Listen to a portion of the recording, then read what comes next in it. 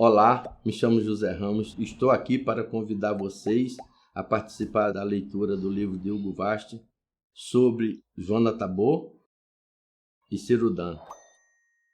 Espero que vocês gostem dessa leitura, assim como eu gostei e me fez muito bem. Capítulo 1. Frei Plácido meneou a cabeça como dizendo: se não hei de saber o que se passa contigo, meu filho.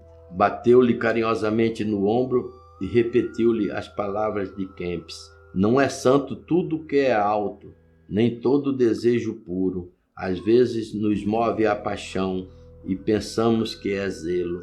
Devo continuar te falando, meu filho. Fala-me, meu pai, exclamou Frei Simão, com certa inquietação, porque sentia que os olhos do velho lhe esquadrinhavam o fundo da alma. O velho assim prosseguiu: a pedra de toque da virtude de um sacerdote é a sua absoluta adesão ao Papa. Essa vontade, melhor direi, esse sentimento, porque o jovem levita deve transformar em carne de sua carne, numa espécie de instinto, aquilo que no princípio da sua carreira pode não ter passado de uma fria vontade. Essa adesão a Roma é o que faz um membro vivo do corpo místico de Cristo. Como há de ser e que limite há de ter essa adesão? Deve ser ilimitada, respondeu com presteza o velho, desinteressada e silenciosa enquanto não vier o caso de apregoá-la, porque então se deve apregoá-la, ainda mesmo à custa do martírio. Porém, ela deve não só orientar a tua ação exterior, mas também atar os teus pensamentos. Muito é isso, observou melancolicamente o jovem, e o velho prosseguiu: e tudo o que te afasta desse sentimento tem-no por uma tentação diabólica. Tudo, mesmo que seja uma virtude, tudo mesmo que te pareça uma virtude, ainda que seja a coisa mais sublime da terra,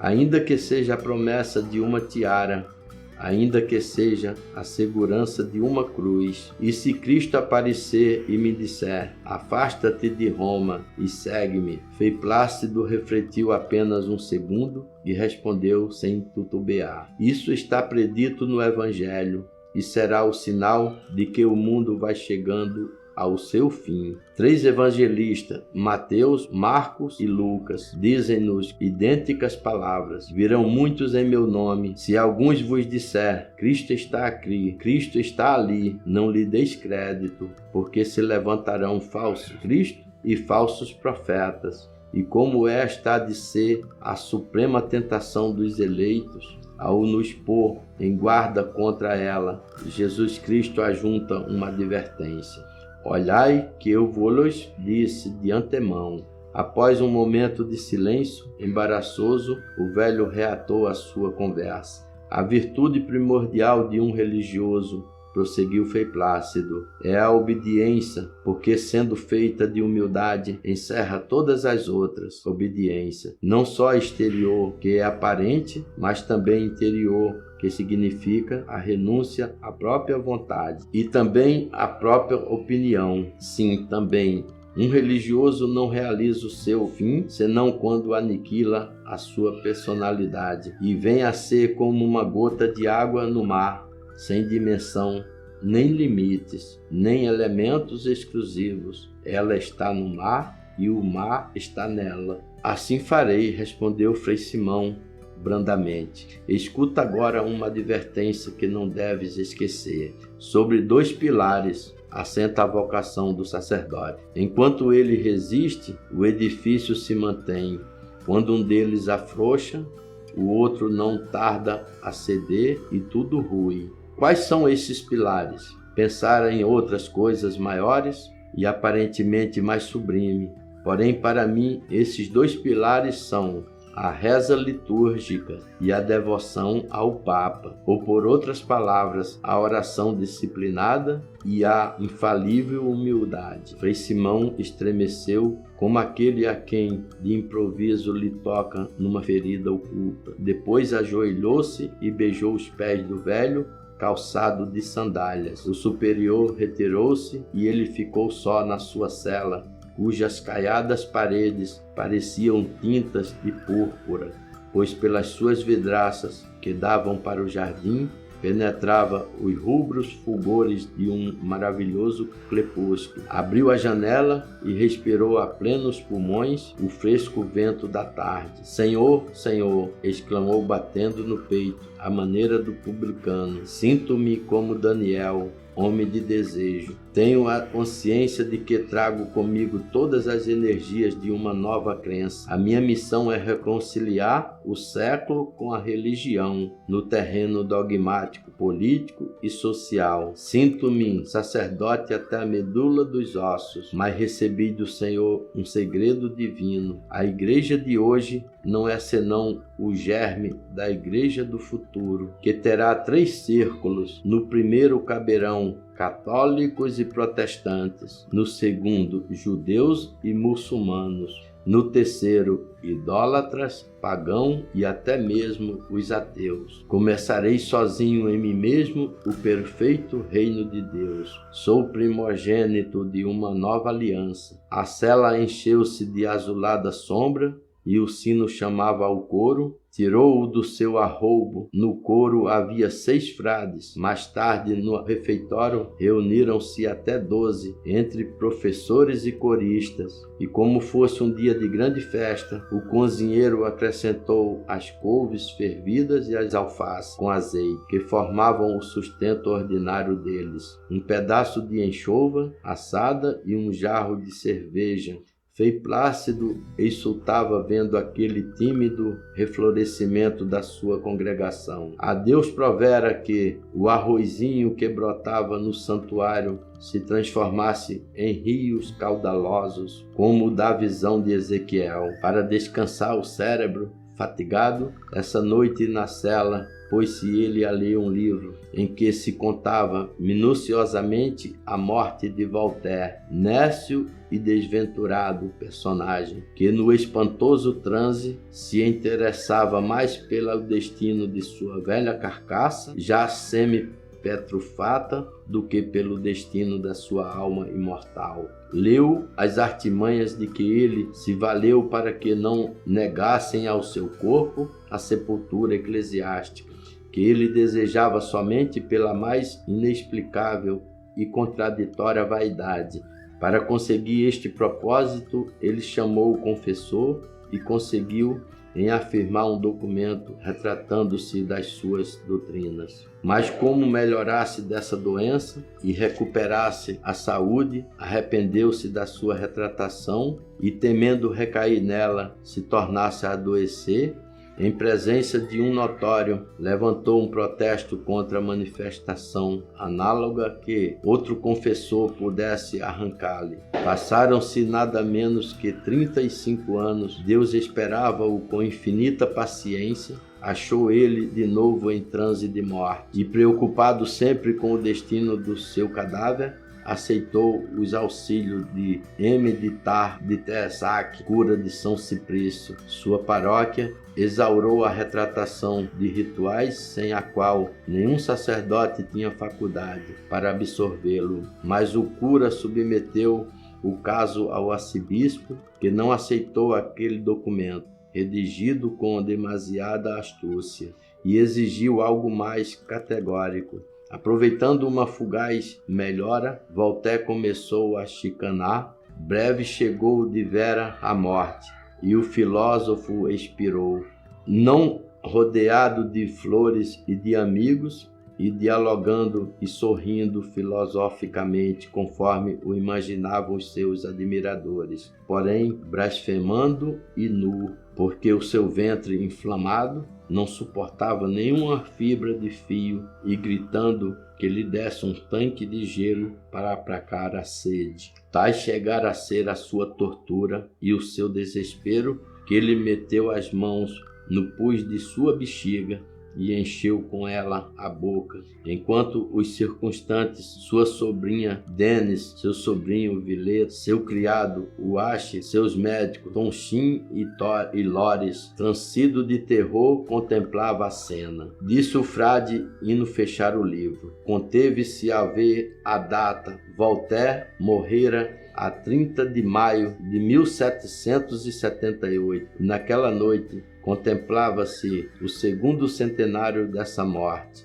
200 anos, exclamou o superior, sucessão infindável de sofrimento, e todavia a sua eternidade nem sequer ainda começou.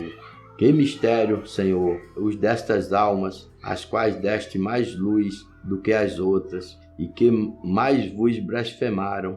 Que oculto deleite há no orgulho que embriagou e perdeu a terça parte dos anjos. Com estes pensamentos, pôs-se a rezar até que o venceu o sono e ele adormeceu. Deve ter dormido apenas 2 horas. Um forte ruído fez-lhe abrir os olhos e pela janela ele viu que ainda não havia saído a lua. Plena escuridão na horta. E na sua cela, um brilho estranho e um fetido insuportável. Sentou-se no catre e expirou as mãos para sua pia de água benta, paralisou uma voz infinitamente dolorosa que vinha do recanto mais afastado. Guarda-te de tocar essa água, porque me faz fugir. Guarda-te de pronunciar exorcismo, se queres que eu te comunique os segredos do futuro. Sou o desventurado filósofo, cuja morte viste escrita, um sábio aos olhos dos nécios, e hoje um nécio eterno aos próprios olhos. Quer ouvir-me? Frei Plácido pôde ver a figura de um homem nu, com as carnes calcinadas e consumidas, evidentemente a figura de Voltaire. Fala em nome de Cristo. Mal pronunciou esta palavra, ouviu o ranger daqueles ossos e viu-se dobrar-se até ajoelhar-se sobre as lajes e escutou uma queixa. Por que chamastes? Não sabes que quando soa esse nome, todos os habitantes do céu e do inferno se ajoelham? Nem sequer podes imaginar o suplício que é para mim, que só lhe chamo o infame. E Voltaire só chamava o Cristo de infame para não ter que se ajoelhar na laje. Adorá-lo cada vez que outros o chamam pelo seu verdadeiro nome. Fala, não nomeei mais, disse o frade, temeroso de espantar aquela sombra, a qual desejava arrancar os seus segredos. E ao notar o rito da desdentada caveira, perguntou-lhe, perplexo: Estás te rindo, Voltaire? Este riso é a minha condenação. Fiz rir os homens para que não crescem na divindade do infame. E eu cria e temia, sabendo que um dia nos encontraríamos frente a frente. Sentia-me dotado de uma inteligência portentosa, maior do que a de todos os homens depois de Salomão, e pude escolher entre servir a Deus ou alçar-me contra ele e ser seu inimigo eternamente. E disseste como Lúcifer: não serviu, sim, e em troca ele me deu uma longuíssima vida para que eu tivesse tempo de me arrepender. E agora te arrependes de não a ter aproveitado? Não, arrepender-se e humilhar-se, pois é impossível na miséria condição de minha alma. Se eu tornasse a viver, tornaria a condenar-me. Explica-me esse horrível mistério. Durante 60 anos fui festejado e aplaudido como um rei.